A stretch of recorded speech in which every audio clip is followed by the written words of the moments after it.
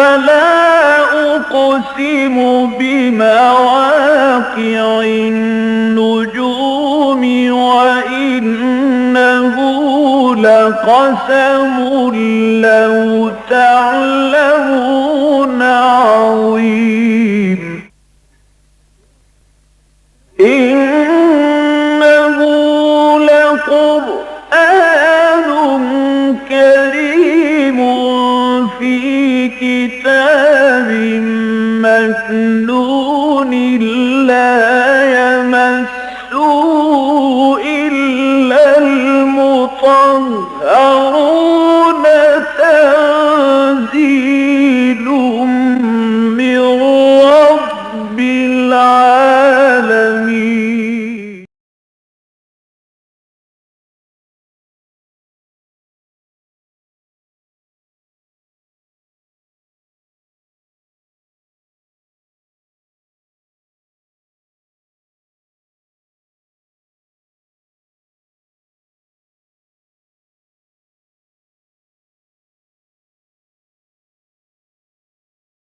بسم الله الرحمن الرحيم فلما استيئسوا منه خلصوا نجيا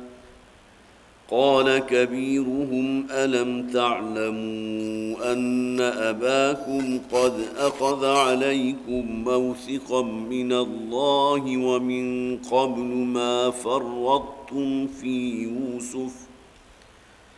فلن أبرح الأرض حتى يأذن بي أبي أو يحكم الله لي وهو خير الحاكمين ارجعوا إلى أبيكم فقولوا يا أبانا إن ابنك سرق وما شهدنا إلا بما علمنا وما كنا للغيب حافظين واسأل القرية التي كنا فيها والعير التي أقبلنا فيها وإنا لصادقون قال بل سولت لكم أنفسكم أمرا فصبر جميل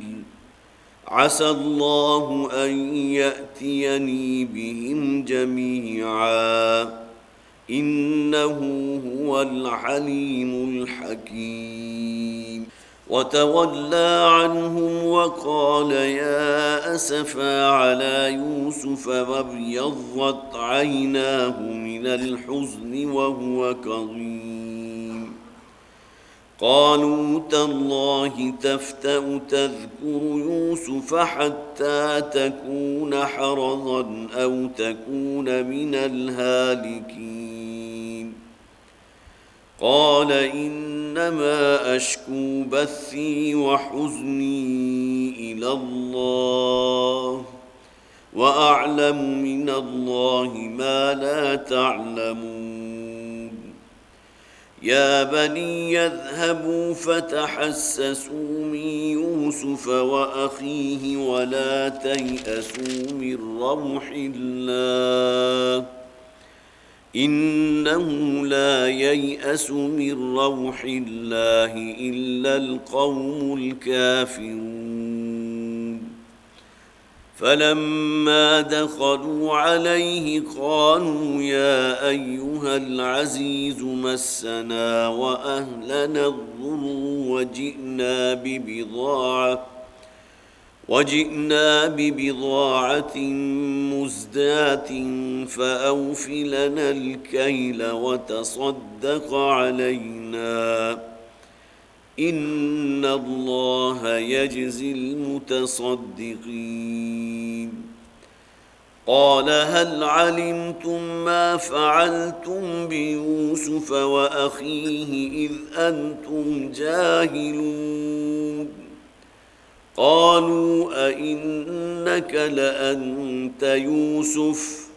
قال أنا يوسف وهذا أخي قد من الله علينا إنه من يتق ويصبر فإن الله لا يضيع أجر المحسنين. صدق الله العظيم. رب اشرح لي صدري ويسر لي أمري واحلل عقدة من لساني يفقهوا قولي. اللهم ألهمنا رشدنا واعذنا من شرور أنفسنا. اللهم ألهمنا رشدنا واعذنا من شرور أنفسنا. آمین یا رب العالمین. حضرات، آج کے درس کے بارے میں سوچتا رہا. یہ خیال تو مجھے یہ آیا کہ معمول کا جو ہمارا سورہ یوسف کا درس چل رہا ہے اسے مؤخر کیا جائے اور قرآن حکیم کا کوئی اور مقام،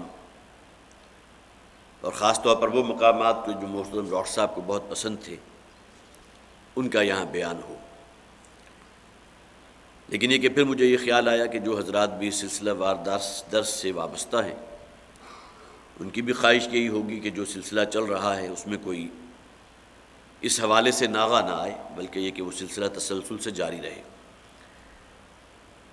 صرف یاد دہانی کے لیے عرض کر دوں کہ یہ وہ سلسلہ ہے کہ جس کا آغاز والد محترم جناب ڈاکٹر اسرار احمد صاحب مرحوم و مغفور نے کیا تھا.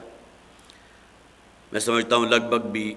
کچھ 7-8 برس پہلے شاید سورہ فاتحہ، پھر سورہ بقرہ، سورہ آل عمران، سورہ نساء، سورہ مائدہ، بلکہ اس سے بھی شاید زائد عرصہ ہو چکا ہو. سورہ مائدہ تک انہوں نے پھر درس کی تکمیل کی تھی، اور اس کے بعد سورہ انعام سے پھر یہ بھاری ذمہ داری میرے کاندھوں پر منتقل کر دی گئی تھی. صرف اللہ ہی کی تائید اور اس کی نصرت کے بھروسے پر سورہ انعام سے میں نے اس کا آغاز کیا، اور الحمدللہ کہ آج ہم سورہ یوسف پر موجود ہیں. باقی یہ کہ منتخب نصاب جس کا بارہا آپ نے ذکر سنا، اس کا ڈاکٹر صاحب کی زبانی آپ درس سن چکے، کئی مرتبہ سن چکے. اور اسی منتخب نصاب کے بعد بہت جامع مقامات ہیں جو محترم ڈاکٹر صاحب کو بہت پسند تھے. سورہ قیامہ ہے، سورہ تغابن ہے، سورہ حامیم سجدہ کی منتخب آیات ہیں. لیکن یہ کہ پھر بہرحال میں نے یہی طے کیا کہ جو ہمارا یہاں سلسلہ درس چل رہا ہے، اگرچہ ایک بہت بڑا خلا میں خود بھی محسوس کر رہا ہوں، اور آپ جو حضرات یہاں موجود ہیں یقیناً وہ بھی اس تجربے سے گزرے ہیں. خاص طور پر پچھلا جمعہ جو میں نے پڑھایا، جبکہ ڈاکٹر صاحب کے انتقال کو بے مشکل 3 دن ہی گزرے تھے، لیکن بہرحال اللہ تعالیٰ نے ہمت دی. جذبات کا طوفان اور ریلا تو تھا، لیکن بہرحال جو بات میں نے عرض کی تھی کہ اصل شے جو ہے وہ کام ہے. کسی نبی اور رسول کے لیے بھی اللہ تعالیٰ نے دائمی زندگی مقرر نہیں کی تھی. ہر نبی اور رسول آیا اور اپنے وقت پر یہاں سے رخصت ہو گیا. اور اس حوالے سے دیکھا جائے تو ایک انتہا پر حضرت نوح علیہ السلام نظر آتے ہیں، 950 برس، اور دوسری طرف حضرت محمد ہے صلی اللہ علیہ وسلم کل 61 برس. اس حوالے سے کہا جا سکتا ہے کہ جو عظیم الشان کام اللہ تعالیٰ نے نبی اکرم صلی اللہ علیہ وسلم سے لینا تھا، اور جو انتہائی بھاری ذمہ داری آپ کے کاندھوں پر ڈالی گئی تھی، اس مناسبت سے یہ وقفہ بہت ہی مختصر تھا. کل 61 برس. ہم عام طور پر جو 63 برس کہتے ہیں تو وہ قمری اعتبار سے کہتے ہیں، لیکن شمسی تقویم کی جو ہمارے ہاں چل رہی ہے اس کے اعتبار سے اگر دیکھا جائے تو تقریباً 61 برس بنتے ہیں. اور ظاہر ہے کہ وہ مرحلہ جو ہے جب کہ نبی اکرم صلی اللہ علیہ وسلم کی اس جہان فانی سے رخصت ہوئی ہیں اور یہ کہ رحلت ہوئی ہے، تو بہت ہی شدید جذبات صحابہ کرام کے تھے، جس کا ذکر میں نے پچھلے جمعے میں جو حضرات موجود تھے ان کی یادداشت میں بعض واقعات ہوں گے. بہر اللہ کا نام لے کر ہم پھر اپنے اسی سلسلہ درس کو اب آگے شروع کر رہے ہیں، اللہ ہی کی مدد اور اس کی تائید کے نصرت کے بھروسے پر، اور آپ حضرات کے تعاون کے ساتھ. اس لیے کہ اگر آپ حضرات کی شرکت یہاں رہے گی، یہ بات بارہا ڈاکٹر صاحب کہتے رہے کہ کسی ایک شخص کے ساتھ اس قرآنی دعوت کو خاص کر دینا یقیناً وہ درجہ مطلوب نہیں ہے. اصل شے کیا ہے کہ وہ دعوت ہے قرآن کی. بیان کرنے والا کوئی ہو سکتا ہے، لیکن یہ کہ ہماری وابستگی اصلاً کسی شخصیت کے ساتھ نہیں ہونی چاہیے، قرآن کے ساتھ ہونی چاہیے. یہ الگ بات ہے کہ اللہ تعالیٰ نے جو ذہانت، جو فطانت اور جو معاملہ فہمی اور قرآن حکیم کے اوپر جو غور و فکر کرنے کے جو مختلف اسالیب تھے، اور اس میں انواع و اقسام کے جو نکات اللہ تعالیٰ نے محترم ڈاکٹر صاحب کو عنایت فرمائے تھے، ظاہر ہے کہ وہ اللہ کی دین ہے. ذالک فضل اللہ یؤتیہ من یشاء. اور پھر یہ کہ خاص طور پر قوت بیان بھی اور قوت خطابت بھی جو اللہ تعالیٰ نے ڈاکٹر صاحب کو دی تھی، دوسروں کو کنونس کرنے کے لیے جو دلائل ہو سکتے ہیں، منطقیانہ ہوں یا فلسفیانہ ہوں،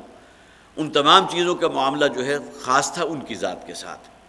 لیکن بہرحال ہمیں اس قرآن حکیم کا مطالعہ کرنا ہے تو یہ سمجھتے ہوئے کرنا ہے کہ اللہ کا کلام ہے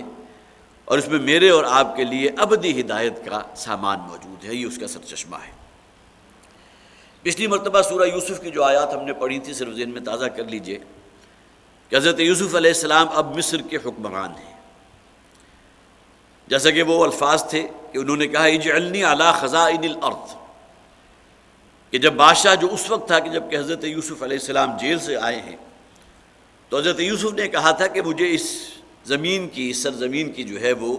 جسے آپ کہیے کہ یہاں کی فرما روائی دے دیجئے۔ خزائن الارض کے بارے میں ایک ترجمہ کیا گیا کہ صرف وہ چیزیں کہ جو معدنیات کی نوعیت کی ہوتی ہیں، زراعت کی نوعیت کی ہوتی ہیں، جو زمین سے نکلتی ہیں، شاید وہی مراد ہے۔ لیکن ایک مفسرین نے اس بات کا ذکر کیا ہے کہ واقعتاً یہاں اصل میں زمام کار مراد ہے، کنٹرول مراد ہے، کہ اب اس ملک کا اختیار اور کنٹرول میرے ہاتھ میں دے دیجیے۔ اس کے بعد پھر وہ 7 سال جو ہیں وہ گزر گئے کہ جس میں بڑی شادابی تھی، بڑی جو ہے اللہ کی رحمت کا بھی بڑا ظہور ہوا، زمین نے بھی بڑے خزانے اگلے، حضرت یوسف علیہ السلام کو بھی پورے بھرپور مواقع ملے ہیں وہاں، گویا کہ اس دین کا کہ جس کے وہ علم بردار تھے اس بنیاد کے اوپر یقیناً انہوں نے قائم کیا ہوگا، اس لیے کہ کسی کافر کی سربراہی میں یا کافرانہ حکومت کے اندر رہتے ہوئے اسی کے گویا کہ اعلی کار کی حیثیت سے کام کرنا جو ہے یہ تو کوئی کام نہیں ہے، اور خاص طور پر کسی نبی اور رسول کے بارے میں تو ہم اس کا تصور نہیں کر سکتے۔ لہٰذا یقیناً یہی ہے کہ حضرت یوسف علیہ السلام کو جب اختیار حاصل ہوا ہے تو اللہ کا نبی اور اللہ کا رسول جو ہے وہ ظاہر ہے کہ اللہ تعالیٰ کی شریعت، اللہ تعالیٰ کے دیے ہوئے قانون، اسی کی روشنی میں وہاں جو ہے وہ قانون سازی بھی ہوئی ہوگی اور تمام چیزیں ہوئی ہوگی۔ اس کے بعد جب وہ 7 سال آئے ہیں قحط والے تو پھر اب حضرت یوسف کے جو آباء و اجداد تھے، جن میں حضرت یعقوب موجود تھے، ان کے بھائی موجود تھے جو عرض فلسطین میں تھے، حبرون کے نام سے وہ شہر تھا، تو وہاں سے وہ آئے ہیں اور آ کر یہاں گویا کہ حضرت یوسف نے جو بڑی پیش بندی کے ساتھ جو وہ تمام غلہ تھا جو فصل حاصل کی گئی تھی اس کو پوری طرح پریزرو بھی کیا ہے، اور پھر یہ کہ اس کی نکاسی کا بھی ایسا اہتمام کیا کہ ارد گرد کے جو بہت سے علاقے تھے وہ آ کر وہاں سے خوراک اور اپنے لیے غلہ حاصل کرنے لگے۔ تو یہ بھی آئے، ان کو بھی حضرت یوسف علیہ السلام نے گویا کہ جتنے افراد تھے اس کے اعتبار سے وہ غلہ دے دیا۔ پھر دوسری مرتبہ آئے اور اسی موقع پر پھر یہ ہے کہ حضرت یوسف علیہ السلام نے گویا کہ ان سے جب گفتگو ہوئی، حضرت یوسف تو پہچان گئے تھے ان کو، لیکن وہ حضرت یوسف کو نہیں پہچان سکے تھے۔ تو حضرت بنیامین کا کہیں ذکر ہوا ہوگا تو حضرت یوسف نے کہا کہ اگلی مرتبہ آنا تو بنیامین کو بھی اپنے ساتھ لے کر آنا۔ پچھلی مرتبہ جو آیات ہم نے پڑھی تھی تو اللہ تعالیٰ نے جسے اپنی طرف منسوب کیا ہے کہ کذالک کدنا لیوسف، اسی طرح ہم نے حضرت یوسف علیہ السلام کو ایک تدبیر سجھا دی، اور وہ تدبیر کیا تھی کہ حضرت بنیامین جو گویا کہ اب تک اپنے بھائیوں کا جو کوئی ظلم تھا یا کوئی تعدی تھی یا کسی اعتبار سے معاملہ زیادتی کا تھا اس کا شکار ہوتے چلے آئے تھے، تو حضرت یوسف اپنے بھائی بنیامین کو اپنے پاس روکنا چاہتے تھے، اور اس وقت وہاں جو قانون تھا اس کی روح سے، اور ظاہر ہے کہ یہ قانون ایسا تو نہیں ہے کہ جس کی روح سے آج بھی کسی کو روکا جا سکے کہ اگر کسی شخص نے چوری کی ہو تو آپ اس شخص کو جو اپنی ملکیت میں لے لیں اور اس کو اپنی غلامی میں لے لیں، یہ تو آج بھی نہیں ہے، اسلام کا قانون تو یہ نہیں ہے۔ اور اس وقت جو بھی وہاں اس وقت بادشاہ کا دین تھا یا بادشاہ کا جو وہاں نظام چل رہا تھا، جو قانون تھا، اس کی روح سے ممکن نہیں تھا کہ حضرت یوسف علیہ السلام اپنے بھائی بنیامین کو اپنے پاس روک سکتے۔ لیکن یہ کہ انہوں نے خود ہی، بھائیوں نے خود ہی یہ بات تجویز کر دی جب انہیں کہا گیا کہ تم میں سے کوئی چور ہے، اس لیے کہ بادشاہ کا بہت ہی قیمتی مرصع جو ہے وہ ایک پیمانہ جس میں وہ شراب کیا کرتا ہے وہ یہاں موجود نہیں ہے، کچھ دیر پہلے تو موجود تھا، لہذا تمہیں میں سے کوئی ہے کہ جس نے اس کی چوری کی ہے۔ اب پھر بہرحال وہ قصہ مختصر یہ کہ پھر وہ سامان جو ہے اس کو دیکھنا شروع کیا گیا، اور بالآخر جو ہے وہ پیمانہ جو تھا خاص، وہ بہت ہی قیمتی جو تھا وہ پیمانہ، وہ بالآخر حاصل ہوا حضرت بنیامین کے اس سامان میں سے۔ اب اس حوالے سے گویا کہ از خود وہ بات کہ جو ان کے بھائیوں کی طرف سے بعد میں تجویز کی گئی تھی اس پر عمل ہو گیا، کہ بھائیوں نے یہ کہا تھا کہ جس شخص کے بھی سامان میں سے وہ پیمانہ برآمد ہو جائے، جو بھی وہ ساقی جس میں شراب پلایا کرتا تھا بہت قیمتی وہ شے اگر حاصل ہو جائے تو پھر ہمیں کوئی اعتراض نہیں ہوگا کہ اس شخص کو آپ رکھ لیں۔ اب جب بنیامین کے ساتھ یہ معاملہ ہوا تو اب بھائیوں کا جو ہے اب آگے جو ہے گفتگو اسی میں اصل میں چل رہی ہے۔ اس سے پہلی آیات اگر آپ پڑھ لیں، قالوا یا ایھا العزیز ان لہ ابا شیخا کبیرا، اپنے والد سے حضرت یعقوب علیہ السلام سے وہ یہ عہد لے کر آئے تھے کہ ہم اس بھائی کی پوری حفاظت کریں گے، اس لیے کہ حضرت یعقوب کو تو تجربہ ہو چکا تھا حضرت یوسف علیہ السلام کے معاملے میں کہ اسی طرح بھائی اپنے ساتھ لے کر کہے گئے تھے کہ ہم ان کی حفاظت کریں گے، لیکن بعد میں وہ خون آلود کرتا جو ہے انہوں نے پیش کر دیا، اور ساتھ ہی یہ بات بھی، وہ کہانی بھی سنا دی کہ بھیڑیا ہم کہیں اپنے غافل ہو گئے، اس سے اپنے دوڑنے میں ایک دوسرے پر سبقت لے جانے لگے، اسی اثناء میں ایک بھیڑیا آیا اور حضرت یوسف کو جو ہے اس نے جو ہے ہلاک کر دیا، اور اس کے دلیل کے طور پر وہ خون آلود کرتا جو تھا وہ سامنے پیش کر دیا۔ اور یہی معاملہ حضرت بنیامین کے ضمن میں ہوا۔ حضرت یعقوب علیہ السلام نے گویا کہ ان سے عہد لیا اللہ کو گواہ بنا کر کہ تم اس کی حفاظت کرو گے، اسے واپس میرے پاس لاؤ گے۔ اب یہاں یہ صورت بنی کہ وہ پیمانہ جو تھا وہ بادشاہ کا قیمتی جو ایک جس میں وہ شراب پیا کرتا تھا، وہ گویا کہ وہ پھر اس کی وجہ سے حضرت بنیامین کو وہاں رکنا پڑا۔ اس پر کہا قالوا یا ایھا العزیز، بھائیوں نے کہا اے بادشاہ، اے عزیز مصر، ان لہ ابا شیخا کبیرا، اس شخص کا بنیامین ظاہر ہے ان کے بھائی تھے، لیکن یہ کہ اسے منسوب کیا کہ ان کے ایک والد ہیں کہ جو بہت ہی بوڑھے ہیں، بہت زیادہ عمر کے ہیں، فخذ احدنا مکانہ، تو آپ ایسا کیجئے کہ ہم میں سے کسی ایک کو رکھ لیں، اس لیے کہ ہم تو اس کے والد کے ساتھ جو ہے یہ عہد کر کے آئے ہیں کہ اسے ہم واپس لے کر آئیں گے، اس کی حفاظت کا ہم نے ذمہ لیا تھا، تو لیکن یہ کہ اب یہ معاملہ ہمارے ساتھ رعایت کیا کیجئے کہ ہم میں سے کسی ایک کو روک لیں اس کی جگہ اور اس کو جو ہے ہمارے ساتھ جانے دیں۔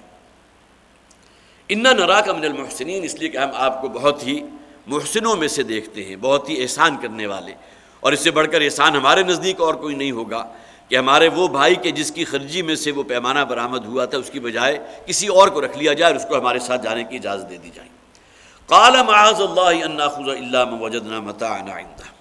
اس پر حضرت یوسف علیہ السلام نے کہا کہ میں اللہ کی پناہ مانگتا ہوں کہ میں کسی ایسے کو روک لوں، الا ما وجدنا متاعنا عنده، مگر وہ شخص کے جس کے پاس ہم نے اپنا پیمانہ پایا ہے۔ کسی اور کو روک لینا جو ہے وہ کسی درجے میں بھی گویا کہ انصاف کی بات نہیں ہوگی، یہ سراسر ظلم اور زیادتی ہوگی کہ اس شخص کو جس نے چوری کی ہے،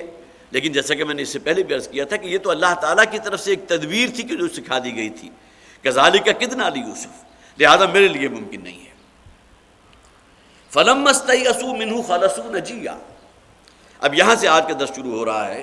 پھر جب وہ بالکل نا امید ہو گئے، گویا کہ بادشاہ کو قائل کرنے کے لیے انہوں نے بہت سی گویا کہ اس میں بہت سی کوشش کی ہوگی، لیکن اس میں جب وہ ناکام ہو گئے، خلصوا نجیا، تو وہ اکیلے ہو گئے، الگ ہو گئے اور باہم مشورہ کرنے لگے۔ نجیہ نجوہ سے نکلا ہے، کئی دو افراد بیٹھ کر کوئی مشورہ کر رہے ہوں، مشاورت کر رہے ہوں، تو گویا کہ وہاں سے الگ ہو کر اس بادشاہ کے دربار سے اب آپس میں مشورہ کرنے لگے۔ قال کبیرہم الم تعلموا ان اباکم قد اخذ علیکم موثقا من اللہ، تو ان میں سے جو بڑے تھے، اور اس کے بارے میں بھی بعض تفاسیر نے لکھا ہے کہ یہ یہودا تھے، جن کا نام یہودا ہے، تورات میں بھی ان کا نام آیا ہے، اور یہ وہ تھے کہ جنہوں نے مشورہ دیا تھا حضرت یوسف علیہ السلام کو جب بھائیوں نے قتل کرنے کا منصوبہ بنا لیا تھا، تو انہوں نے مشورہ دیا تھا کہ نہیں، اس کی جان کا معاملہ نہ کرو، اس کی جان مت لو، بلکہ یہ کہ انہوں نے تجویز دی تھی کہ کسی ایسے کنویں کے اندر کے جو کہیں قافلے کے رستے میں آ رہا ہے، اور جو باولی جسے کہا کرتے تھے، ایسا کنواں کہ جس کے اندر کوئی طاق بنا ہو، طاقچے والا کنواں، اس کے اندر اس کو جو ہے ڈال دیا جائے تاکہ کوئی آئے قافلہ اور اپنا پانی حاصل کرنے کے لیے جب وہ ڈول نیچے ڈالے گا تو ایک بچہ انہیں نظر آئے گا، اس کو اٹھا کر لے جائیں گا۔ یہ وہ یہودا ہے۔ تو قال کبیرہم، تو ان میں سے بڑے نے کہا الم تعلموا ان اباکم، کیا تم جانتے نہیں ہو، کیا تمہیں معلوم نہیں ہے کہ تمہارے والد نے ان اباکم قد اخذ علیکم موثقا من اللہ، کہ اللہ کو گواہ بنا کر تم سے ایک وعدہ کیا تھا، ایک عہد لیا تھا، ومن قبل ما فرطتم فی یوسف، اب ان کے دل میں، یہودا کے دل میں اپنے بھائی یوسف کے لیے یقیناً ہمدردی موجود تھی، لہذا اس کا ظہور ہو رہا ہے، اور اس سے پہلے تم نے جو معاملہ کیا تھا زیادتی کا، فی یوسف، یوسف کے معاملے میں جو تم نے ایک عدوان کی بات کی ہے، زیادتی کی ہے، فلن ابرح الارض حتی یأذن لی ابی، تو اب میں یہاں اس سرزمین مصر سے یہاں سے نہیں ٹلوں گا، یہاں سے نہیں ہلوں گا، حتی یأذن لی ابی، جب تک کہ میرے والد ہی مجھے اجازت نہ دے دیں۔ اب گویا کہ انہوں نے اس بات کو گوارا نہیں کیا کہ اپنے والد سے تو اتنا پختہ عہد لے کر ہم آئے تھے، اور یہاں معاملہ اس طرح کا ہو گیا کہ بھائی جو ہے، جو بنیامین جن کے لیے وہ عہد لیا گیا تھا، ان کو یہاں چھوڑنا پڑ رہا ہے، لہٰذا انہوں نے اپنے بارے میں طے کر لیا کہ میں اب یہاں سے نہیں ہلوں گا، میں یہاں سے ٹلنے والا نہیں ہوں جب تک کہ میرے والد ہی مجھے گویا کہ حکم دیں، مجھے اجازت دیں اپنے پاس آنے کی۔ او یحکم اللہ لی، یا یہ کہ اللہ تعالیٰ ہی میرے بارے میں کوئی فیصلہ کر لے، یہاں بھی اس کا ترجمہ کیا گیا کہ یہ اللہ تعالیٰ مجھے موت دے دے، یحکم اللہ بھی، یا اللہ تعالیٰ کوئی اور فیصلہ میرے بارے میں کر دے، وہ خیر الحاکمین، اور یقیناً وہ بہترین فیصلہ کرنے والا ہے۔ اب یہاں وہ ہیں قال کبیرہم، وہ حضرت یہودا کے جنہوں نے یہ گویا کہ یہ ایک روش اختیار کی کہ وہ جانے کے لیے تیار نہیں تھے۔ اب گویا کہ ان 12 بھائیوں میں سے، ان میں سے وہ تھے کہ جن میں حضرت یوسف علیہ السلام پہلے سے موجود، ایک اور بھائی جو حضرت بنیامین وہ روک لیے گئے دوسرے۔ اب تیسرے یہ ہے کہ یہودا کے جو گویا کہ از خود وہیں رک گئے، اب 12 میں سے 3 اب باقی بچے ہیں، کل 9. اب یہ واپس جب 9 لوٹے ہیں، اور ظاہر ہے کہ یہاں وہ کیفیت حضرت یعقوب علیہ السلام کی یقیناً ایک تو وہ زخم تازہ ہو گیا جو حضرت یوسف کے معاملے میں ہوا تھا جب بھائی آئے تھے اور آ کر انہوں نے کہا تھا، اور وہ پوری جو ہے کہانی جو ہے وہ ان کے سامنے رکھ دی تھی، وہ زخم بھی تازہ ہو گیا، اس لیے کہ الفاظ آ جائیں گے یا اسفا علی یوسف، ہائے یوسف. یہ الفاظ جو ہیں ان کی ظاہر ہے کہ دل کے گہرائیوں سے نکلے ہیں. ارجعوا الی ابیکم، اب یہ یہودا نے کہا کہ اب ٹھیک ہے، اب جو باقی تم ہو 9 کے 9 اب واپس لوٹ جاؤ اپنے والد کی طرف. فقولوا، اور ان سے کہو یا ابانا، ابا جان، ان ابنک سرق، اس لیے کہ بظاہر تو یہی صورتحال سامنے آئی. یہ الگ بات ہے کہ اللہ تعالیٰ نے اسے اپنی جانب سے ایک تدبیر قرار دیا تھا، لیکن یہ کہ بظاہر تو صورتحال وہی تھی کہ حضرت بنیامین کے سامان میں سے وہ جو ہے وہ قیمتی پیمانہ برآمد ہو گیا. لہٰذا اسی صورتحال کی بنیاد پر یہودا نے کہا کہ جاؤ اپنے والد صاحب کے پاس اور ان سے کہو یا ابانا ان ابنک سرق، ابا جان آپ کے اس بیٹے نے تو چوری کر لی تھی، اس سے تو یہ چوری کا معاملہ ہو گیا. وما شہدنا الا بما علمنا، اور جو بات ہم آپ کے سامنے پیش کر رہے ہیں، ظاہر ہے کہ حضرت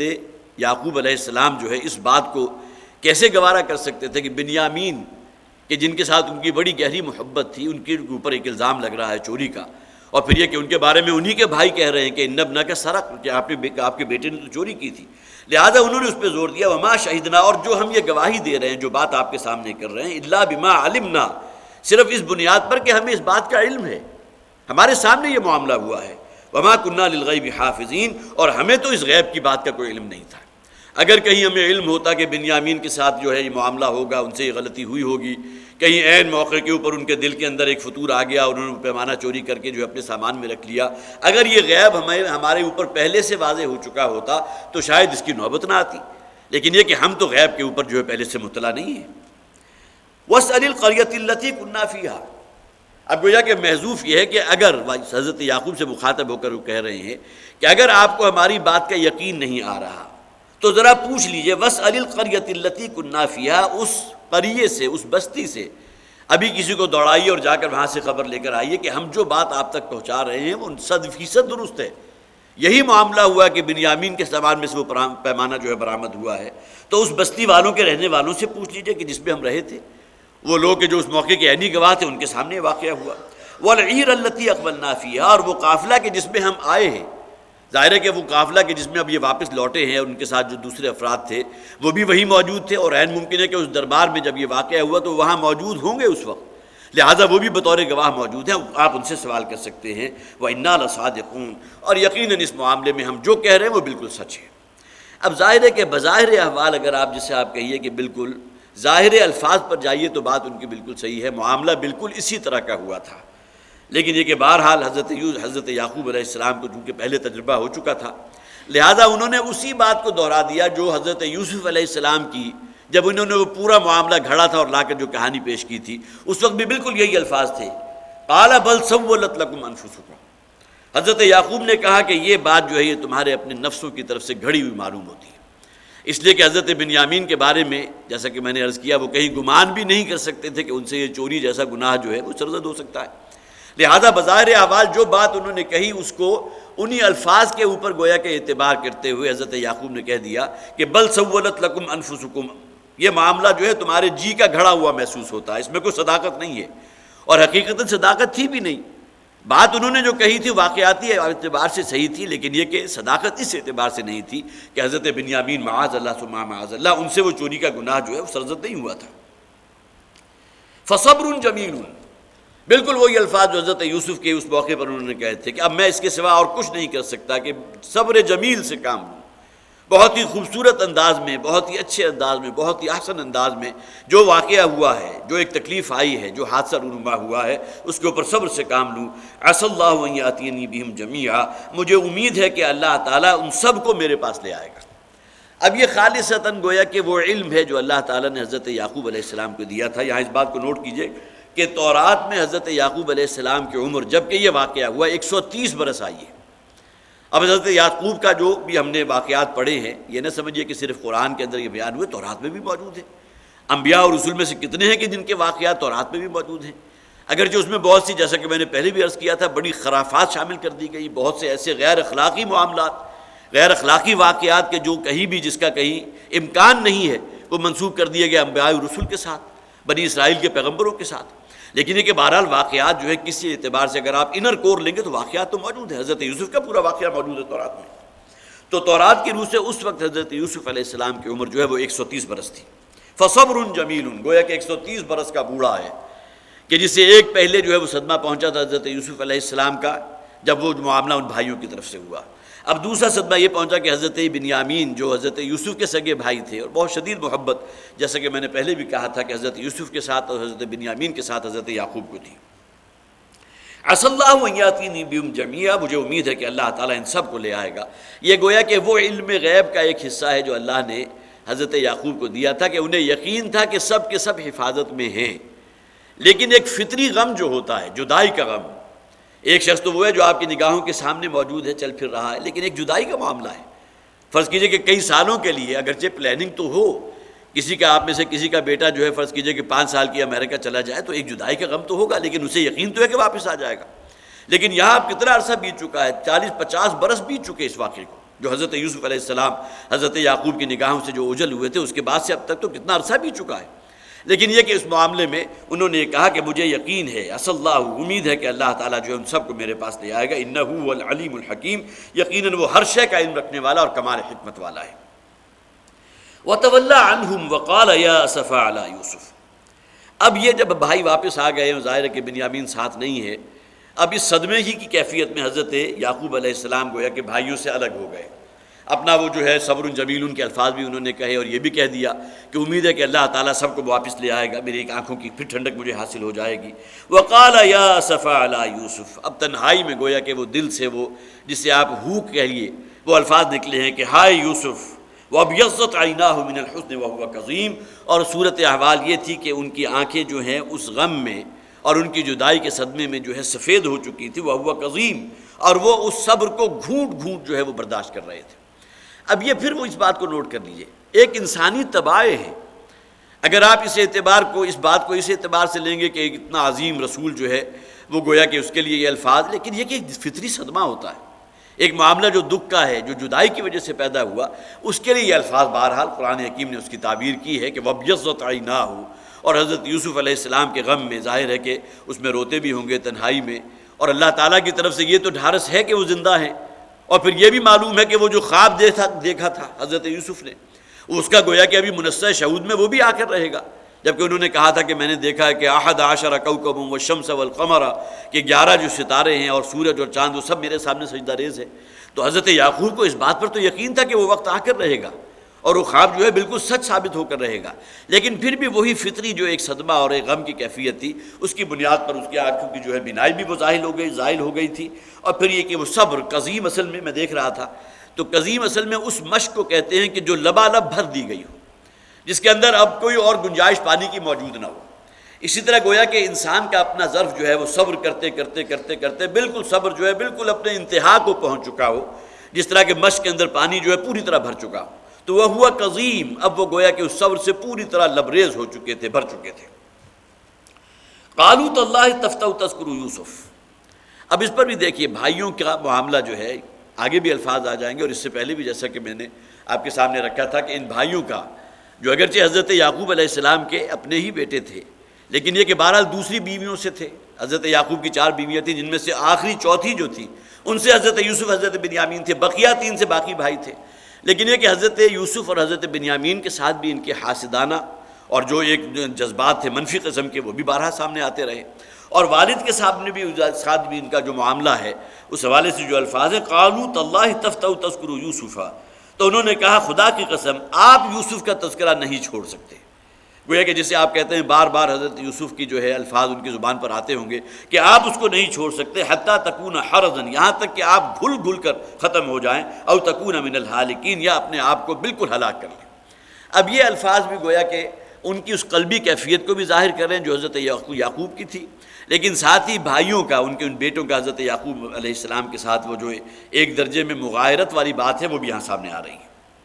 قال انما اشکو بثی وحزنی الی اللہ، اس پر حضرت یعقوب نے کہا کہ میں تو شکوہ کرتا ہوں اپنے اضطراب کا اور اپنے غم کا، اپنے دکھ کا اللہ کی جناب میں تمہارے سامنے کوئی شکوہ نہیں کر رہا۔ تم نے جو کچھ کیا وہ اللہ کے ہاں تمہارا معاملہ ہے، اللہ جانے اور تم جانو، میں تو جو شکوہ کر رہا ہوں وہ اللہ کی جناب میں کر رہا ہوں۔ قال انما اشکو بثی وحزنی الی اللہ۔ اور آج کل بھی یہ معاملہ ہونا چاہیے کہ اگر کسی شخص کے اوپر کوئی ظلم ہوا ہے، کسی کی طرف سے زیادتی ہوئی ہے، تو بجائے انسان کی کہ کڑتا رہے، دوسرے جس نے زیادتی کی ہے اس کے خلاف اقدام کرنے کی کوشش کرتا رہے اور اس کے خلاف نفرت کے جذبات جو ہیں اپنے اندر اور مزید جو ہے اس کے اندر بڑھوتری کرتا رہے، اپنے معاملے کو اللہ کی عدالت میں ڈال دینا چاہیے۔ انما اشکو بثی وحزنی الی اللہ، میں اپنا غم اور اپنا دکھ اور جو معاملہ یا جو زیادتی میرے ساتھ ہوئی ہے اس کا شکوہ میں اللہ کی جناب میں کر رہا ہوں، میں نے تو اپنا معاملہ اللہ کی عدالت میں پیش کر دیا ہے۔ یہی الفاظ تھے کہ جو نبی اکرم صلی اللہ علیہ وسلم کے جو حضرات بھی یہاں چونکہ تشریف لاتے ہیں، والد محترم مرحوم مغفور کی دروس قرآن میں اکثر و بیشتر شریک ہوتے رہے، تو طائف سے جو واپسی کا سفر تھا اور طائف میں حضور کے ساتھ جو کچھ ہوا، وہاں بھی یہی الفاظ ہیں، اللہم الیک اشکو ضعف قوتی وقلت حیلتی وہوانی علی الناس۔ چشم فلک نے وہ نظارہ دیکھا تھا، بہرحال نظارہ عثمانی میں نہیں کہ جو کوئی جسے آپ کہیے کہ اچھے انداز میں، لیکن یہ کہ معاملہ جو ہے رحمت للعالمین کے ساتھ جو معاملہ ہوا ہے، جس طرح وہ پتھروں کی بارش بھی ہوئی ہے، آپ کے جسم مبارک لہو لہان ہوا ہے، اور بالکل وہ معاملہ جو آپ کی گلیوں میں کسی ایسے شخص کے ساتھ ہوتا ہے جو مجذوب قسم کا ہوتا ہے، یہ معاملہ رحمت للعالمین اللہ کے رسول صلی اللہ علیہ وسلم کے ساتھ طائف کی گلیوں میں ہوا، اس کی تفصیل کی ضرورت نہیں ہے۔ پھر واپسی کے سفر میں جب کہیں ایک باغ کے سائے میں آپ کے کہیں جو ہے باغ میں وہاں سایہ موجود تھا، وہاں استراحت کے لیے رکے ہیں، اور آپ کے جسم جو خون جو رس رہا تھا، میں اس پہ عام طور پر کہا کرتا ہوں کہ انسان کے جسم کی ایک انجری یا ایک زخم وہ ہوتا ہے جو شارپ کٹ کی وجہ سے ہوتا ہے، اور اس میں بسا اوقات ایسا بھی ہوتا ہے کہ آپ کے جسم پر کوئی کٹ لگا، آپ کو تکلیف کا احساس نہیں ہوا، اور آپ کو پتہ اس وقت چلا کہ جب کہ خون بہتا ہوا جو ہے زمین پر گرنے لگا، تب آپ کو معلوم ہوا کہ وہ ہاتھ کٹ گیا ہے۔ یہ شارپ انجری ہوتی ہے۔ لیکن ایک چوٹ ہوتی ہے جو کسی پتھر کے لگنے کی وجہ سے، کسی تکلیف دہ شے کی وجہ سے ہوتی ہے،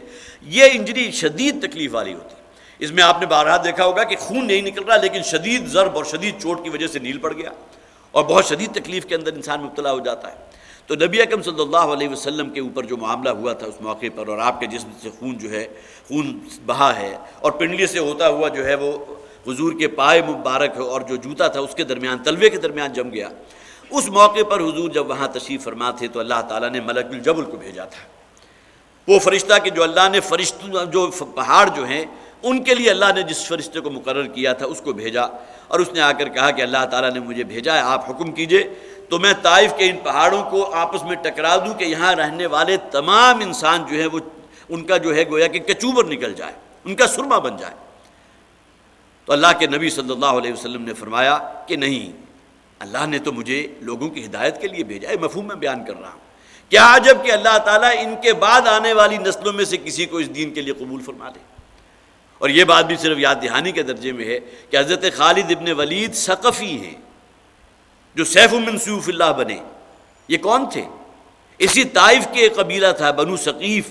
جس کی نسل سے حضرت خالد ابن ولید ہیں رضی اللہ تعالیٰ۔ گویا کہ نبی اکرم صلی اللہ علیہ وسلم اگر اس وقت ان فرشتوں کو، جیسا کہ وہ اللہ کی بارگاہ سے وہ پروانہ لے کر آئے تھے عذاب کا، اگر اجازت دے دیتے تو حضرت خالد ابن ولید جو ہیں وہ اسی نسل میں بعد میں پیدا ہوئے تھے، اور ظاہر ہے کہ بعد میں وہ بہت زیادہ دیر کی بات تو نہیں ہے۔ ثقفی حضرت نبی اکرم صلی اللہ علیہ وسلم کے عہد میں،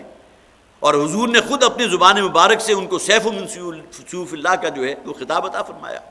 یہ خالد سیف من سیوف اللہ۔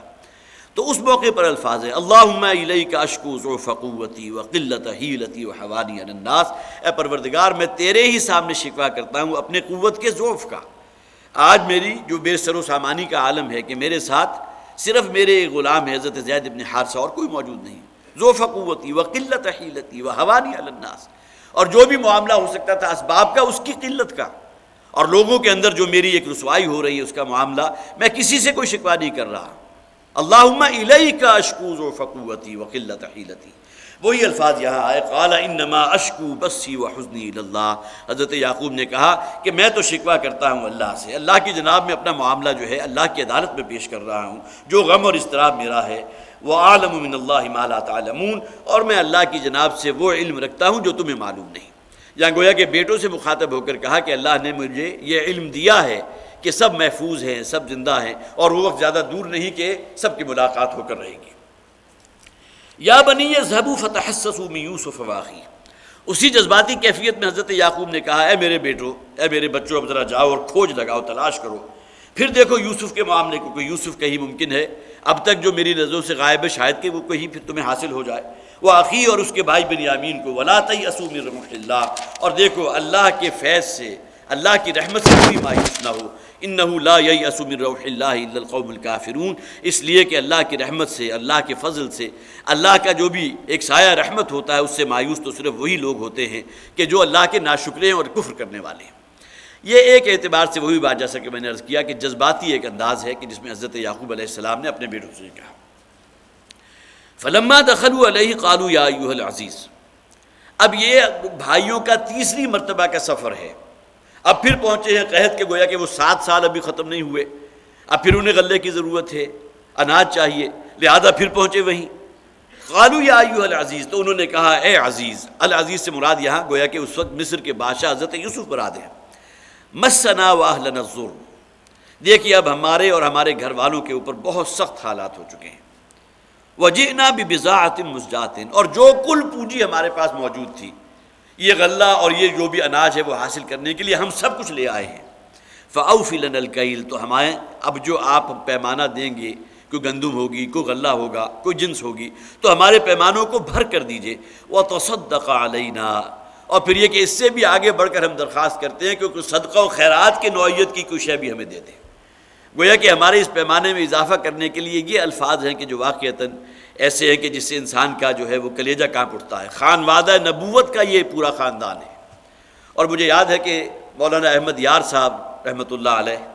وہ ہمارے قرآن اکیڈمی کی مسجد میں جب دورہ ترجمہ قرآن جو ہے وہ ان کے زیر درس تھا، تو ان الفاظ کے اوپر آ کر ان کی ہچکی بن گئی تھی، اس لیے کہ انہوں نے کہا تھا کہ اس درجے حالات دگرگوں ہو چکے کہ اب گویا کہ وہ خانوادہ نبوت کے چشم و چراغ کون تھے؟ حضرت یعقوب کی اولاد تھی. حضرت یعقوب کون ہے؟ حضرت اسحاق کے بیٹے ہیں. حضرت اسحاق کون ہے؟ امام الناس حضرت ابراہیم علیہ السلام کے بیٹے. اس خاندان سے تعلق، اور اس درجے حالات کے وہ اپنے آپ کو کہہ رہے ہیں کہ اب تو ہم صدقہ و خیرات لینے کے بھی مستحق ہیں. او تصدق علینا، ہمارے ان پیمانوں کو جو ہے پل کر دیجئے اور ہمیں جو غلہ و اجناس جو ہے ہمیں عطا کر دیجئے، اس لیے کہ اب ہمارے اوپر بہت برے حالات آ چکے ہیں. ان اللہ یجزی المتصدقین، یقینا اللہ تعالیٰ خیرات کرنے والوں کو، پھر نوٹ کیجئے، صدقہ و خیرات کرنے والوں کو اللہ تعالیٰ بہترین جزا عطا فرماتا ہے. یہاں میں نے خاص طور پر نوٹ کیا تھا، تورات کے بعض واقعات کا میں ریفرنس دیتا رہا ہوں. یہاں بھی میں نے ایک تفسیر کا مطالعہ کر رہا تھا، اب مجھے یاد نہیں کہ وہ غالباً تفسیر ابن کثیر تھی، کہ جس میں کتاب پیدائش باب نمبر 45 آیات 26 اور 27. باب اصل میں جس طرح ہمارے ہاں صورتیں ہیں، اس طرح تورات کے اندر مختلف چیپٹرز ہیں جسے باب کہا جاتا ہے، اور اس میں جس طرح ہمارے ہاں آیات ہیں اس کی ورس ہیں، 26 اور 27 آیات اس کو کہتے ہیں. تو کتاب پیدائش میں موجود ہے. اور الفاظ کیا ہے؟ جب یوسف کے بھائی انتہائی عاجزی اور شدید مصائب میں مصر پہنچے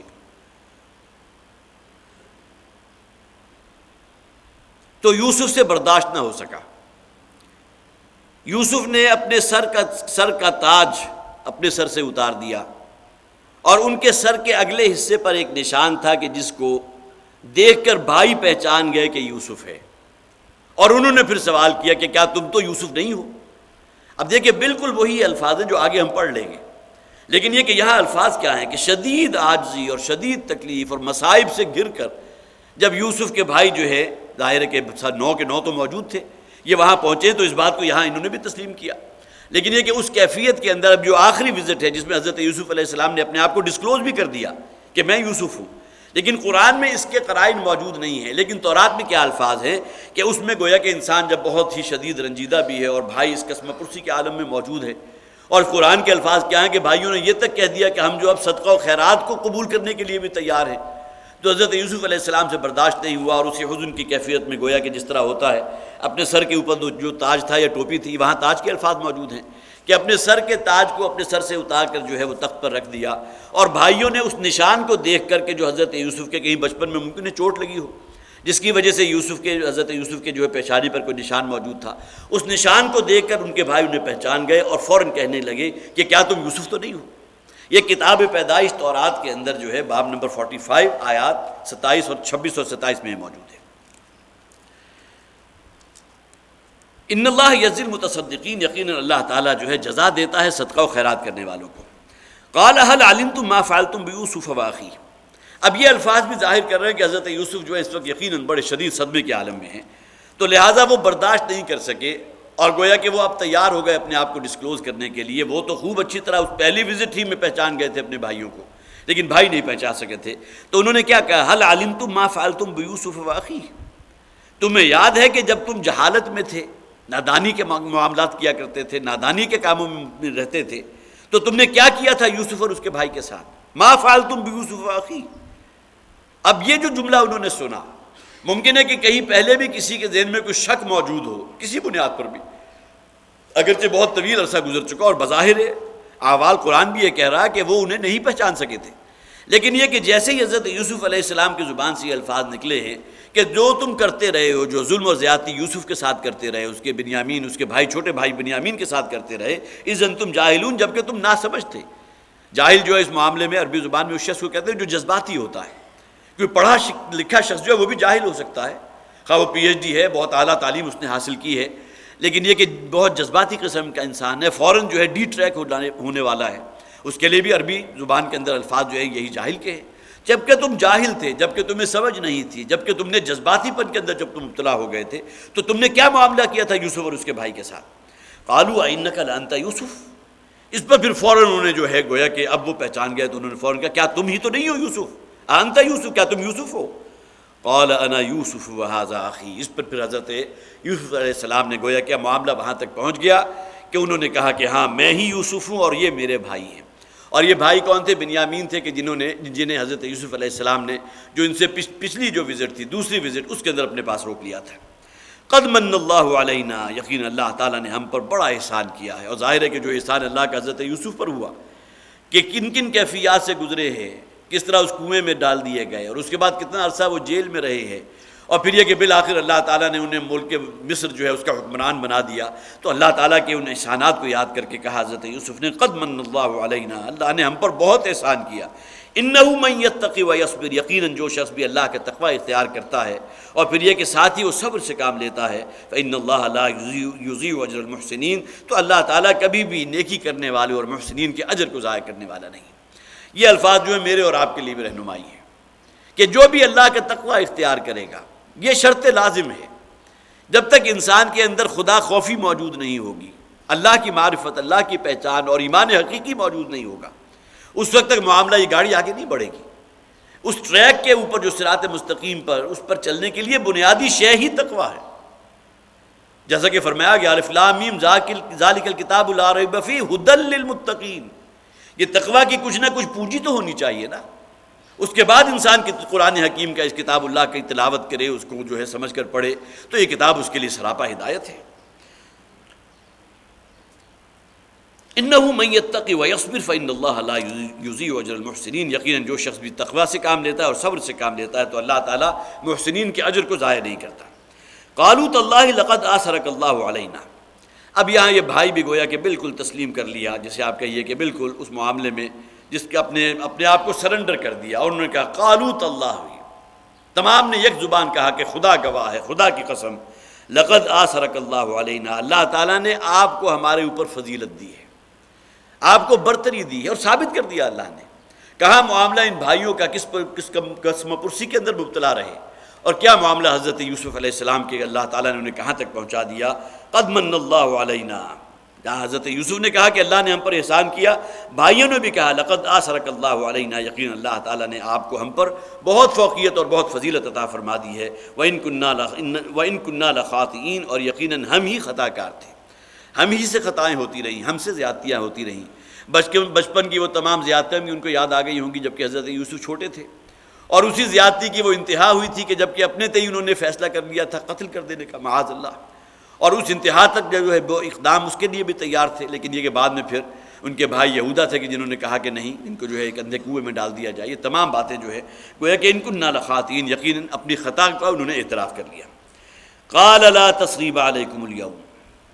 اس پر پھر کہا حضرت یوسف علیہ السلام نے کہ آج تم پر کوئی الزام نہیں ہے. اب ظاہر ہے کہ جو معاملات ہوئے بھائیوں کی طرف سے، اب یہ موقع تھا کہ اپنی ان معاملات میں اپنے آپ کو جتلاتے، اپنی فضیلت اور اپنی فوقیت کو بیان کرتے، یا یہ کہ کسی اعتبار سے وہ انداز اختیار کرتے کہ جس کے اندر کوئی توہین ہو سکتی تھی، کوئی تحقیر ہو سکتی تھی، کوئی ڈانٹ ڈپٹ ہو سکتی تھی. لا تثریب علیکم الیوم، تمہارے لیے آج کوئی گویا کہ کسی قسم کا کوئی تم پر الزام نہیں ہے، کوئی ملامت نہیں ہے، یغفر اللہ لکم، اللہ تعالیٰ تم سب کو معاف فرما دے، وہو ارحم الراحمین، اور یقیناً وہ بہترین رحم فرمانے والا، رحم فرمانے والوں میں سب سے بڑھ کر رحم فرمانے والا۔ یہی وہ الفاظ ہیں جو نبی اکرم صلی اللہ علیہ وسلم کی زبان مبارک سے نکلے تھے فتح مکہ کے موقع پر۔ اور اس موقع پر کون کون لوگ تھے جو سامنے موجود تھے؟ جو حضور کے جانی دشمن تھے، ان میں وہ بھی ہوں گے کہ جو اس فیصلے میں شریک تھے کہ حضور کو قتل کر دیا جائے معاذ اللہ، ان میں وہ بھی ہوں گے جنہوں نے بدترین قسم کا ٹارچر دیا صحابہ کرام کو، خود نبی اکرم صلی اللہ علیہ وسلم کے ساتھ معاملہ ٹارچر کا کیا۔ کئی واقعات موجود ہیں۔ یہ بڑے بڑے مجرم جو ہیں اس وقت سر جھکائے کھڑے ہوئے تھے، اور اس موقع پر پھر جو ہے انہوں نے کہا بھی تھا، حضور نے کہا کہ تمہیں معلوم ہے آج میں تمہارے ساتھ کیا سلوک کرنے والا ہوں؟ تو انہوں نے کیا کہا؟ کریم ابن کریم، آپ انتہائی کریم ہیں، بہت مہربان ہیں، بہت عزت کرنے والے ہیں، بہت جو ہے رحم فرمانے والے، ابن کریم، اور آپ بیٹے ہیں اس شخص کے جو بہت مہربانیاں کرنے والا تھا۔ یہی معاملہ گویا کہ ان کی طرف سے ہو گیا۔ حضرت یوسف علیہ السلام نے لا تثریب علیکم الیوم، اور اس موقع پر بھی حضور نے کہا تھا لا تثریب علیکم الیوم، اور ساتھ ہی یہ الفاظ بھی حضور کی زبان مبارک پر آئے تھے کہ آج میں وہی تم سے کہہ رہا ہوں جو میرے بھائی یوسف نے اپنے بھائیوں سے کہا تھا کہ تمہارے اوپر کوئی الزام نہیں ہے، لا تثریب علیکم الیوم انتم الطلقاء، کہ آج تم سب آزاد ہو۔ اب گویا کہ تمہاری اپنی آزاد مرضی ہے، پوری رضا و رغبت کے ساتھ اسلام قبول کرتے ہو تو دائرہ اسلام میں داخل ہو جاؤ۔ 4 مہینے کی مہلت جو ہے وہ دے دی گئی ہے، اور اس کے بعد پھر گویا کہ یہاں آپ کوئی گنجائش نہیں رہے گی۔ یہ الگ بات ہے کہ یہ 4 مہینے کی مہلت جو ہے وہ تو پھر سن 9 کے جو حج ہوا تھا اس موقع پر دی گئی، لیکن بہرحال اس موقع پر پورا اختیار دے دیا گیا کہ جو شخص بھی اسلام قبول کرنا چاہتا ہے پوری رضا و رغبت کے ساتھ، جس طرح کہا گیا کہ اسلام کو کسی کے اوپر ٹھوسا نہیں جا سکتا، بلکہ اسلام جو انسان قبول کرے گا تو پوری رضا و رغبت کے ساتھ قبول کرے۔ یا یہ کہ اگر تم اپنے آبائی دین پر رہنا چاہتے ہو تو اس جزیرہ نما عرب کو، اس ارض حرم کو تمہیں خیر بات کہنا ہوگا، یہاں سے نقل مکانی کرنی ہوگی۔ قال لا تثریب علیکم اليوم یغفر اللہ لکم وہو ارحم الراحمین، اور یقیناً وہ سب مہربانوں میں بڑھ کر مہربان ہے۔ اذهبوا بقمیصی ھذا، اور ساتھ ہی حضرت یوسف علیہ السلام نے اپنی ایک پوشاک، اپنا ایک کرتا جو ہے ہدایت ان کو دے دیا، عنایت فرما دیا کہ لے جاؤ میرا یہ کرتا، میری قمیص، فَأَلْقُوهُ عَلَى وَجْهِ أَبِي، اور اسے میرے والد حضرت یعقوب علیہ السلام کے چہرے پر ڈال دو، یاتی بصیرا، اس کی وجہ سے گویا کہ کرتے میں اللہ تعالیٰ نے وہ ایک وصف رکھ دیا کہ جس کی وجہ سے ان کی بینائی واپس لوٹ آئے گی، یاتی بصیرا، دوبارہ وہ ہو جائیں گے پھر دیکھتے ہوئے، ان کی وہ بینائی جو ہے دوبارہ لوٹ آئے گی۔ وَأْتُونِي بِأَهْلِكُمْ أَجْمَعِينَ، اور ساتھ ہی حضرت یوسف نے بھائیوں سے کہا کہ اب تم سب کے سب، گویا کہ والد کو بھی اور والدہ کے زندہ ہوں تو اس کا ذکر قرآن اور تورات میں موجود نہیں ہے، لہذا ان کا میں ذکر نہیں کر رہا، لیکن یہ کہ اپنے خاندان والوں کو، اور تورات میں ہے کہ کل 68 افراد جو ہیں پھر ان بیل گاڑیوں پر کہ جو حضرت یوسف علیہ السلام نے اپنے خاندان والوں کو لانے کے لیے روانہ کی تھی بھائیوں کے ساتھ، ان پر سوار ہو کر واپس لوٹا، جس کا ذکر تالمود میں اور تورات میں موجود ہے۔ بلکہ وہ الفاظ میں آپ کو سنا دوں، بیٹوں نے مصر سے واپس آ کر، یہ الفاظ ہے تورات کے، اپنے والد اپنے باپ کو بتایا کہ یوسف زندہ ہے، اس لیے کہ تیسرا سفر جو ان بھائیوں کا تھا اس میں حضرت یوسف علیہ السلام نے اپنے آپ کو ڈسکلوز کر دیا تھا، اور مصر کی بادشاہی اس کے پاس ہے۔ باپ نے بیٹوں کی بات کا یقین نہیں کیا، لیکن جب اس سے مراد حضرت یعقوب نے، جب والد نے، باپ نے وہ بیل گاڑیاں دیکھ لی جو یوسف نے ان کو لانے کے لیے ساتھ بھیجی تھی، تو انہوں نے بیٹوں کی بات پر یقین آ گیا۔ اب یہ الفاظ بائبل کے ہیں، جیسے کہ میں نے عرض کیا کہ یہاں جو الفاظ ہیں کہ وَأْتُونِي بِأَهْلِكُمْ أَجْمَعِينَ، کہ اب تم سب کے سب جو ہے جمع ہو کر سب کے سب گویا کہ یک بارگی میرے پاس آ جاؤ۔ اب گویا کہ یہ وہ جو سوال کیا تھا مشرکین مکہ نے حضور سے کہ بنی اسرائیل کے جو اصل ارض فلسطین کے رہنے والے تھے وہ مصر میں آ کر کیسے آباد ہوئے،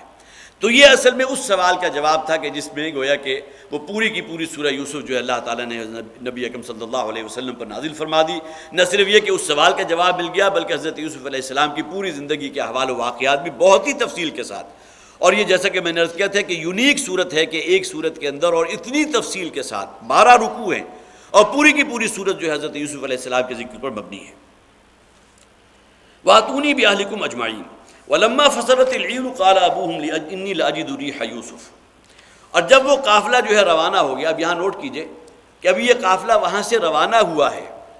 اور جس میں حضرت یوسف علیہ السلام نے وہ بیل گاڑیاں جو ہیں وہ بھی ساتھ روانہ کر دی ہیں، جس پر سوار ہو کر کے اپنے جو ہے بھائیوں کو اور اپنے جو بھی باقی لوگ ہیں ان کو اپنے ساتھ لے آؤ، خاندان والوں کو، اور تورات کی روح سے 68 کی تعداد تھی ان کی۔ ولما فصلت العیر، جب قافلہ جدا ہوا، گویا کہ واپس آنے کے لیے مصر سے روانہ ہوا والد کی طرف، قال ابوہم انی لاجد ریح یوسف، تو حضرت یعقوب علیہ السلام نے کہا کہ میں پاتا ہوں یوسف کی خوشبو. گویا کہ وہ کرتا کے جو دیا تھا بھائیوں کو، جو بھائیوں کی ملکیت میں تھا، بھائی جیسے ہی مصر سے روانہ ہوئے ہیں، کہاں مصر اور کہاں کتنے سینکڑوں نہیں بلکہ 1000 کلومیٹر سے بھی زیادہ ارض فلسطین جہاں حضرت یعقوب موجود ہیں. اب یہ قافلہ یہاں سے روانہ ہوا اور حضرت یعقوب علیہ السلام فرماتے ہیں وہاں اپنے گھر والوں کو یا اپنے کنبے قبیلے کے اور جو بھی لوگ موجود ہوں گے، انی لاجد ریح یوسف، میں تو یوسف کی خوشبو محسوس کر رہا ہوں، خوشبو پا رہا ہوں. لولا ان تفندون، اگر تم یہ نہ کہو کہ بوڑھا بہک گیا ہے. تفندون کے الفاظ آتے ہیں کسی شخص کو گویا کہ انتہائی جذباتی کیفیت میں یہ سمجھنا کہ اب بہکی بہکی باتیں کر رہا ہے. تو اگر تم یہ گمان نہ کرو کہ میں کوئی بہکی بہکی باتیں کر رہا ہوں تو مجھے یہ کہنے کی اجازت دو کہ میں یوسف کی خوشبو محسوس کر رہا ہوں، یوسف کی خوشبو آ رہی ہے. قالوا تاللہ انک لفی ضلالک القدیم، اس پر جو بھی کنبے قبیلے والے لوگ وہاں موجود تھے، اس لیے کہ بھائی تو ابھی وہاں سے روانہ ہوئے ہیں.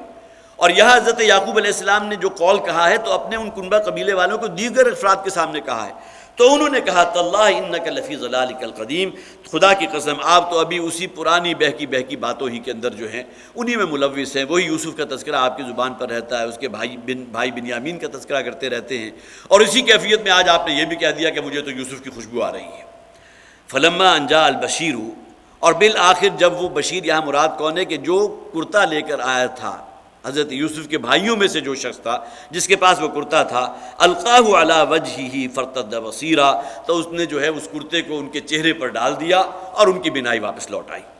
اب یہاں ممکن ہے کہ وہ لوگ کہ جو ریشنلسٹ ہیں، جو سوائے عقلیت کے اور کسی چیز کو اپنے لیے قابل اعتبار سمجھتے نہیں، وہ اس کی مختلف تعویلیں کریں، لیکن قرآن حکیم اپنے الفاظ کے اوپر خود سب سے بڑا گارڈ ہے، سب سے بڑا محافظ ہے. اب یہاں ان الفاظ کو آپ خواہ کتنا ہی ادھر ادھر کر لیں، لیکن یہاں الفاظ موجود ہیں کہ اس کرتے کے پڑھنے سے حضرت یعقوب علیہ السلام کی بینائی واپس لوٹ آئی. اگر یہ نہیں مانتے تو اس کے معنی کیا ہوئے کہ اللہ تعالیٰ کو علی کل شیء قدیر تو نہیں مان رہے. اللہ اگر ہر شے پر قادر ہے تو اس کی قدرت سے یہ بات بھی کسی درجے میں بعید نہیں کہ اللہ تعالیٰ کے ایک امر کن ہو اور وہ کرتا جیسے ہی حضرت یعقوب علیہ السلام کے چہرے سے مس ہوا، حضرت یعقوب علیہ السلام کی بینائی واپس لوٹ آئی. جس کے لیے بڑے پیارے الفاظ ہیں، وہ ایک شعر تھا، میں نے بلکہ خاص طور پر نوٹ بھی کیا تھا، ڈاکٹر صاحب اکثر اس کو بیان بھی کیا کرتے تھے کہ آج کل کی جو فلسفیانہ اور منطقیانہ ذہن ہے انسان کا، تو فلسفی تو منکر حنانہ است. یہ حنانہ اصل میں کھجور کا ایک تنا تھا. نبی اکرم صلی اللہ علیہ وسلم جب مدینہ میں قیام پذیر تھے تو جب جمعے کا خطبہ دیا کرتے تھے تو جیسا کہ ہوا کرتا ہے کہ عام طور پر ایک ممبر ہے اور ممبر کے ساتھ ممبر بنایا گیا تھا کھجور کے ایک تنے پر. کھجور کا تنا تھا، اوپر کا درخت میرا خیال ہے کہ ضائع ہو گیا ہوگا، کٹ گیا ہوگا، تو حضور اس تنے کے اوپر اپنا دست مبارک رکھ کے خطبہ ارشاد فرماتے تھے. اس کے بعد جب مسلمان بڑے ہیں اور آبادی بڑھی، عام لوگ بھی جو ہے کچھ زیادہ آ گئے، تو پھر ممبر کو جو ہے کسی اور جگہ منتقل کر دیا گیا. اب دوسری جگہ جو منتقل کیا گیا تو اب یہ کھجور کا درخت جو تھا گویا کہ محروم ہو گیا. نبی اکرم صلی اللہ علیہ وسلم کے دست مبارک کا جو ایک لمس محسوس کرتا تھا. آج کی جو ہماری منطقی ذہن ہے وہ اس بات کو تسلیم نہیں کرے گا. کھجور کا ایک تنا ہے، اس کے اندر کہاں سے وہ حص آ گئی کہ نبی اکرم صلی اللہ علیہ وسلم کے دست مبارک کے لمس کو محسوس کر رہا ہو. لیکن یہ کہ واقعہ ہے اور پوری طرح جو ثابت واقعہ ہے، جو احادیث کی کتابوں میں موجود ہے کہ جو پہلا جمعہ حضور نے پڑھایا اور خطبہ دیا اور وہ کھجور کا تنا جو ہے حضور کے لمس سے محفوظ ہوا تو اس سے بلک بلک کے رونے کی آوازیں آئیں، جو صحابہ کرام نے خود اس کو سنا ہے. تو فلسفی تو منکر حنانہ است، یہ فلسفیانہ ذہنیت رکھنے والے جو لوگ ہوتے ہیں یہ تو اصل میں وہ حنانہ کے اس وجود ہی کے منکر ہو گئے. وہ کہتے ہوں گے کہ یہ تو اصل میں تخیلاتی قسم کی کوئی آوازیں تھیں جو صحابہ کرام نے کہیں سن لی اور اس قسم کی ایلیوژنس تھیں کہ جس کے اندر وہ مبتلا ہو گئے تھے. دراصل کہ یہ واقعہ تھا کہ وہ ستون حنانہ سے وہ رونے کی آوازیں آئی تھیں. تو انی لاجد ریح یوسف، کہ میں یوسف کی جو ہے خوشبو محسوس کر رہا ہوں. اور اس کے بعد وہ کرتا جب ڈالا گیا حضرت یعقوب کے چہرے مبارک پر، فرتد بصیرا، تو پھر وہ دوبارہ گویا کہ ان کی بینائی لوٹ آئی اور وہ دیکھنے والے ہو گئے. قال الم اقل لکم انی اعلم من اللہ ما لا تعلمون. اس پر حضرت یعقوب نے کہا کہ کیا میں تم سے کہا نہیں کرتا تھا کہ مجھے اللہ تعالیٰ نے وہ علم دیا ہے جو تمہیں نہیں دیا. میں جانتا ہوں اللہ کی جناب سے وہ حقائق بھی جو تم نہیں جانتے. گویا کہ تمہاری دانش میں بھی یوسف جو ہیں اب تک جو ہے وہ ختم ہو چکے ہوں گے، کہیں ہلاک ہو گئے ہوں گے، کہاں ہوں گے، کس حالت میں ہوں گے، لیکن یہ کہ مجھے اللہ تعالیٰ نے بتا رکھا تھا، میرے علم میں تھا. انی عالم من اللہ ما لا تعلمون. تو اللہ تعالیٰ نے علم غیب کے ذریعے حضرت یعقوب علیہ السلام کو کم سے کم اس درجے میں جو ہے وہ تسلی دی تھی کہ آپ کا بیٹا جو ہے زندہ ہے اور ایک دن آئے گا کہ جب کہ آپ سے ملاقات ہوگی۔ پھر میں عرض کروں کہ پھر وہ جو سوال پیدا ہوگا، پھر وہ شدت غم، شدت حزن جو ہے اس کی وجہ سے آنکھوں کی بینائی زائل ہو جانا، یہ یقیناً ایک تاثر اور تاسف والی بات ہے کہ جو انسان کے اندر جو غم اور جو ایسی کیفیت ہوتی ہے اس کے رد عمل میں پیدا ہوتی ہے۔ قالوا یا ابانا استغفر لنا ذنوبنا انا كنا خاطئین، یہاں آ کر پھر ان تمام 9 کے 9 بھائی جو آئے تھے انہوں نے اپنے آپ کو سرنڈر کر دیا، ابا جان ہمارے لیے جو ہے اب استغفار کیجیے، ہمارے گناہوں کو جو ہم سے خطا ہوئی ہیں انہیں معاف کر دیجئے، ہم یقیناً خطا کار ہیں، اور پھر سب سے بڑھ کر یہ کہ ہمارے ان گناہوں کی معافی کی اللہ کے حضور بھی دعا کیجیے اور ہمارے ان گناہوں کی معافی کا سبب بنیے۔ قال سوف استغفر لکم ربی، اس پر حضرت یوسف علیہ السلام نے کہا میں ٹھیک ہے، میں تمہارے لیے اپنے رب کے حضور استغفار کروں گا۔ سوف کے الفاظ نوٹ کر لیجئے، یہاں گویا کہ وہ ابھی قلبی کیفیت کافی جو ہے بھی باقی ہے، ایک ہوتا ہے فوری طور پر سوف، ان قریب، گویا کہ ان قریب ہی میں تمہارے لیے اپنے رب کے حضور استغفار کا کہوں گا اور تمہاری لیے معافی چاہوں گا۔ ان ربی انہ هو الغفور الرحیم، یقیناً میرا رب جو ہے وہ الغفور ہے، انتہائی معاف فرمانے والا ہے، کمال رحمت والا ہے۔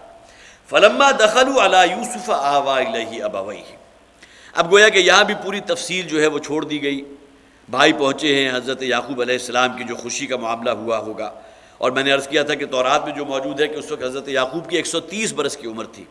اور اس کہولت اور اتنے بڑھاپے کے عالم میں اللہ تعالیٰ نے اتنی بڑی خوشی دی، اور پھر بھائیوں نے آ کر کہہ بھی دیا اور بتا بھی دیا کہ اب حضرت یوسف جو ہیں آپ کے وہ بیٹے کہ جن کے معاملے میں ہم سے وہ خطا ہوئی تھی، آج ارض مصر جو ہے اس کے حکمران ہیں، اس کے بادشاہ ہیں، اور یہ تمام تفاصیل جو ہے اس کو گویا کہ یہاں حذف کرتے ہوئے اب جب یہ تمام لوگ حضرت یعقوب بھی اور پھر یہ کہ وہ 9 کے 9 بھائی بھی وہ تمام کے تمام واپس آئے ہیں، مصر میں داخل ہوئے ہیں۔ فلما دخلوا علی یوسف، اب جب وہ پھر دربار میں داخل ہوئے حضرت یوسف علیہ السلام کے، آوا الیہ ابویہ، تو حضرت یوسف علیہ السلام نے اپنے والدین کے ابویہ کے الفاظ اب یہاں نوٹ کر لیجئے، یہ گویا کہ دونوں کے لیے ہیں۔ اگر یہ حضرت یوسف علیہ السلام کی والدہ کا تو انتقال ہو چکا تھا ان کے بچپنے میں، لیکن ابویہ سے مراد یہ ہے کہ کوئی نہ کوئی ان کی اور زوجہ موجود تھی۔ اس مناسبت سے حضرت یوسف علیہ السلام کی وہ والدہ تو تھی، خواہ وہ ستیلی والدہ تھی، ان کے بطن سے ان کا جو ہے ولادت نہیں ہوئی تھی، لیکن یہ کہ والدہ موجود تھی۔ تو اپنے والدین کو، اپنے والد اور والدہ کو دونوں کو اپنے پاس جو ہے جو بھی تخت تھا اس موقع پر اس